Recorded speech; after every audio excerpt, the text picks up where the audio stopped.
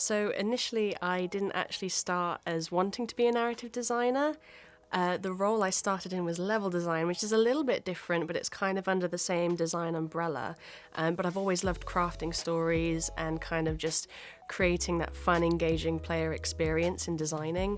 And so it was just kind of like an organic move from level design to narrative design as I was working on video games. So I currently work for Square Enix, which is a video game publisher.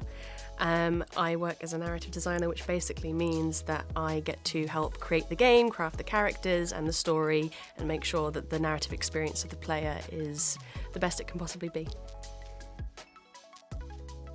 So it's not my first time back for Industry Week. Unfortunately, you guys haven't been able to get rid of me over the years. I graduated 7-ish years ago, I think, something like that. So I did the game design and technology course at Confetti. I actually did the level 3 BTEC and then the foundation degree on top of that.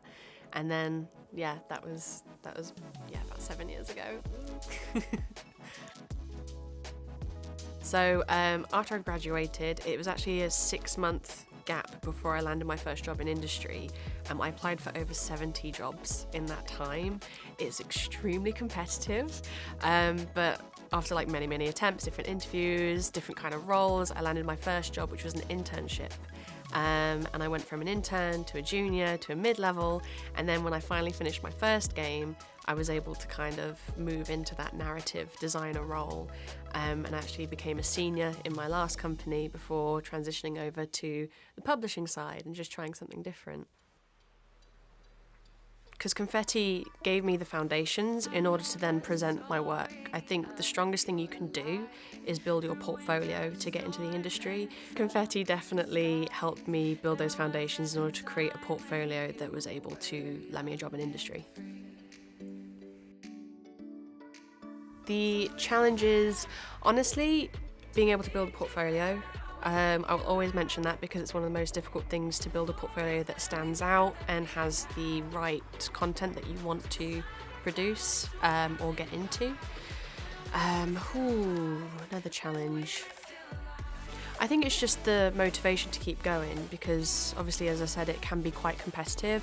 There are a lot of people who will maybe apply for a couple of jobs, maybe give up or apply for a short amount of time and kind of feel like disheartened because they feel like they're not good enough, and that's not the case. Your talents are definitely wanted and needed. It's sometimes about being in the right place at the right time and also putting yourself out there and introducing yourself to other developers or people that might be able to land you a job as well. So it's all about your connections and kind of how you keep going and keep yourself motivated. So there was actually one guy who came in, this is like going on 8 years ago when I was watching Industry Week, and I think he was like a lead QA at the time, and he gave this piece of advice which was, by the time you graduate, there are roles that haven't even been created yet for you to get involved in, and that piece of advice has always rang true. The games industry as part of a tech field is ever growing, ever changing, ever evolving, and so your skill sets now, even though you might find that you can't find your place for your passions right now, you might fit into certain boxes but not quite, the chances are that by the time you graduate there's new roles or roles that have changed and adapted where you find that actually your skill set now can fit those. That was a really good piece of advice.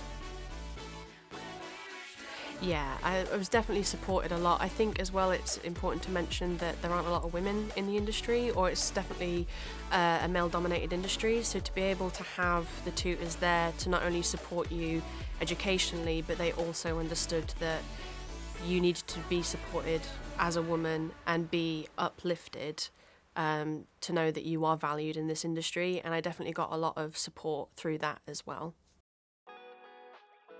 I think if you're going to study game design and technology, it's a great course to start your journey on looking into design. I think there's a lot of stuff there to learn about theory, there's a lot of things there to build your portfolio, and it kind of opens a lot of doors into what facets of design you can branch into, because there's so many in the industry, and it kind of gives you a little bit of a taste of each one so you know which path you're most interested in.